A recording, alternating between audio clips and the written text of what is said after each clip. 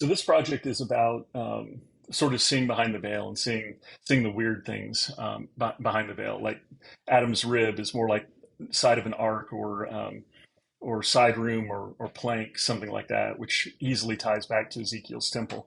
But if we use certain things as a compass, we can sort of guide our way through the Bible. For example, the names over the exits in Ezekiel's temple. It's fascinating, but it's only fascinating if you key into who the mother is. It turns out that the redemption process is really about the mother's side anyway, but the Bible makes it sound like it's the father's side. The point behind me saying that is that the Bible is more about what's not said than what is said. So if you start to look through and follow each of those names on the temple gates in Ezekiel, and then you map those to the type of relationship that the parents of that child had, you can begin to see who's righteous, who's unrighteous, who would do what. Then tie that to Genesis 49 and see the kind of person that they are. And you'll also notice that people cross over from one side of the temple to the other. Think of these as kinds of people, not necessarily people themselves, but kinds of people. Um, Tribes, I guess I think is a really good word for it, but kinds of people, and they cross over from one side to the other, um, and they exit the opposite way, right? That's how that works. So if you examine that, you'll see kind of the way the cross works, and it's also described in Ezekiel 4. It's described in Ezekiel 37:16. I think that's a really good reference of how the seed and the body is put together, where you've got the younger and the older. You tie that to John 21:18, where it says that the older is going to be led around by the younger. So that's specifically important to Ezekiel 37:16. But this is how the cross works, and the cross is it's not two wooden beams.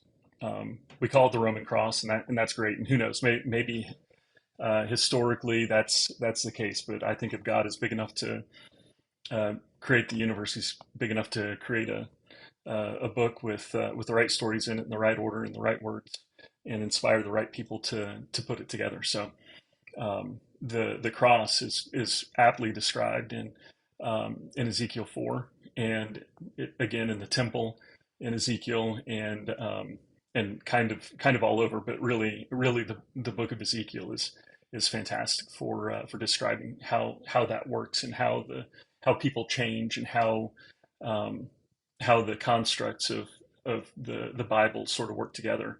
And that's a big component of the compass for me.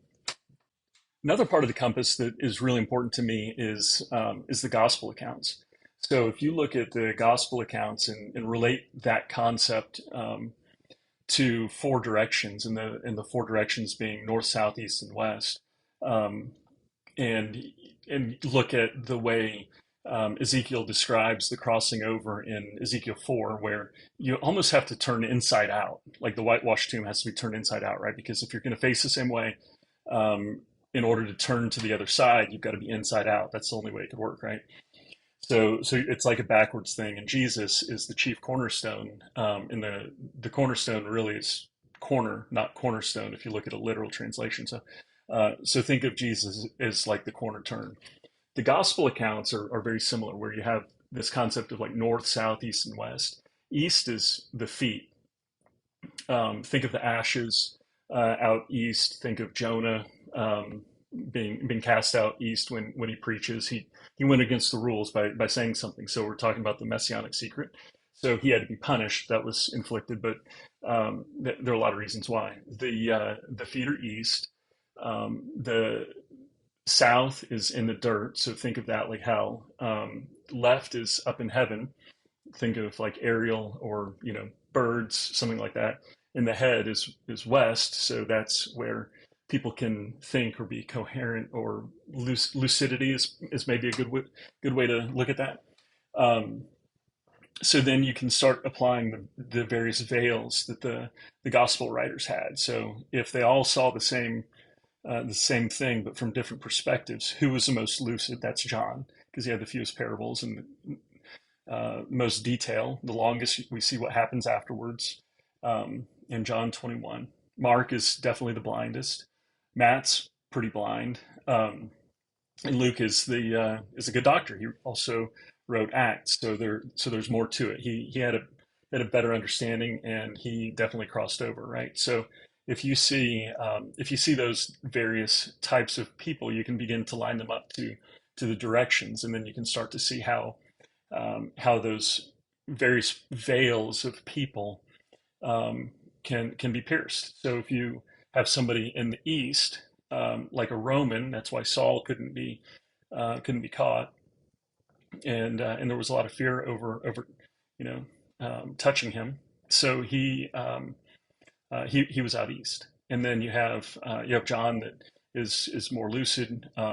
You have Matthew, who is like so he's Levi. If you go back to the temple in Ezekiel, you can see the directions there too. So start applying the different kinds of people where they go, and then you start to see the uh, other references, like Jesus said, when the Son of Man returns, he's going to have the sheep go to the right hand and the goats go to the left hand. So the people that are climbing, they will be given more. Remember, Jesus says those who have much will be given more. So the goats will be climbing, and they're going to go up north. They're going to be above. Okay, so then you have sheep, the ones that have little, they're going to have even less, and they're going to go south.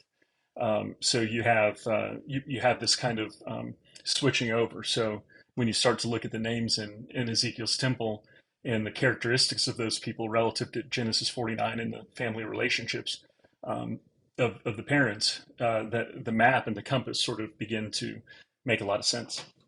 Just like directions, north, south, east, and west, numbers are immeasurably important. And it turns out, though they were only added like 500 years ago, um, chapter and verse numbers are context for the Bible. Each number means something. And one of the things that I was trying to discover as I was working on this project is what the number 666 meant. And I couldn't figure it out.